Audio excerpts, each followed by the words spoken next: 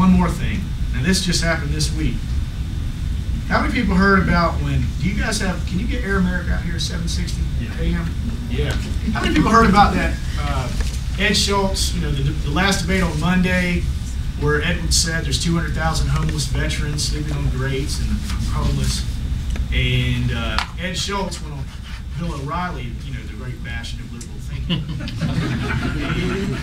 and said, you know, I really like, you know, John Edwards' Two Americas approach because there's a lot of people hurting out there. And Bill O'Reilly says there's no such thing as two Americas.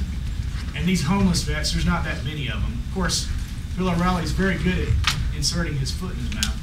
And a lot of veterans group, you know, called up and said, no, there are more than 200,000 homeless vets, and you can find them. Well, on Thursday of this week,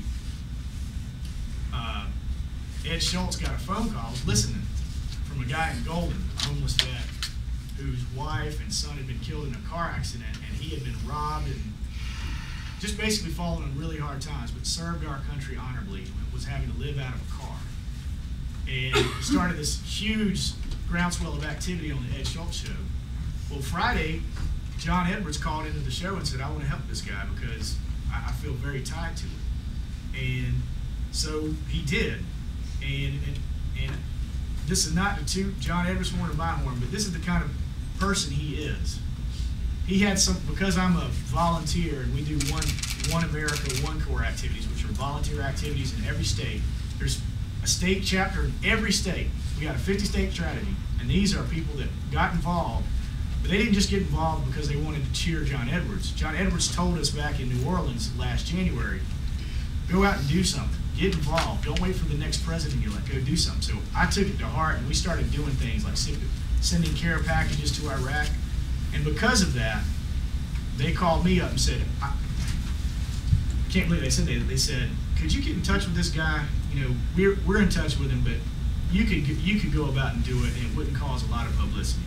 We don't want to seem like we're politicizing this event. And I was like, I can't believe you guys, man. You're so, it's just so real, you know. It's not. Anyway, so I got an email the other day, and we've been put in touch. When I was doing my internship. Oh, how did I get out to Colorado? I skipped off that. Yeah, in 2000, you know, after seeing Edwards rise up, and I was like, I got to stay involved. I got a chance to take a job working with the Gephardt Majority Project, which brought me to Colorado to work against that great liberal Tom Tancredo. Of course, we know how that turned out. And but I stayed in Denver, and I stayed in Colorado, and I love it out here. I'm going to stay. Mom's always asking to come back. But I'll say this, that with John Edwards, it's personal for me, but it's also very personal for him. How many heard of Natalie Sarkeesian? Raise your hand if you heard that name. Now this goes right back to what the problem is with lobbyists and corporations. I'm going to make this real brief. Natalie Sarkeesian needed a liver transplant back about a month ago, and Cigna said, we're not covering it. Very wealthy CEO, very wealthy company, we're not covering it. The doctor said she needed it, the nurses said she needed it.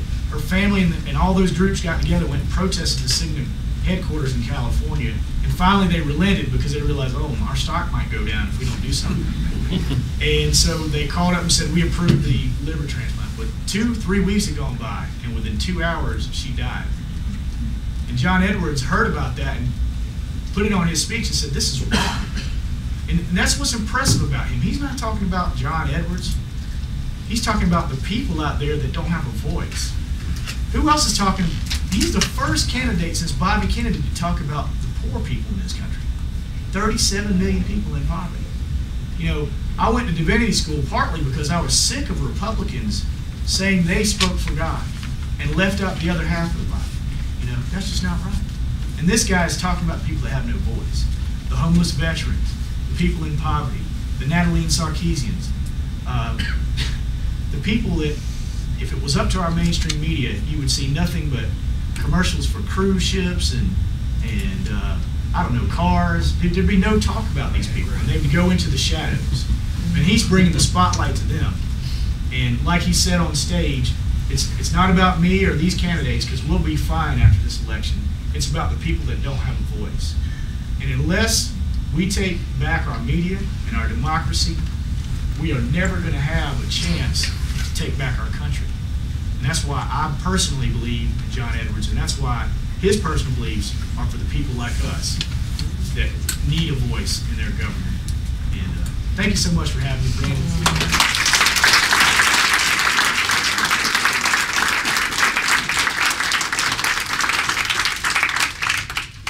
Thank you, Wade. We got hooked up after talking on that radio show.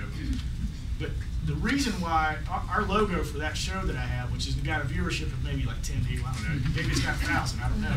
But it's news from the people, not corporations.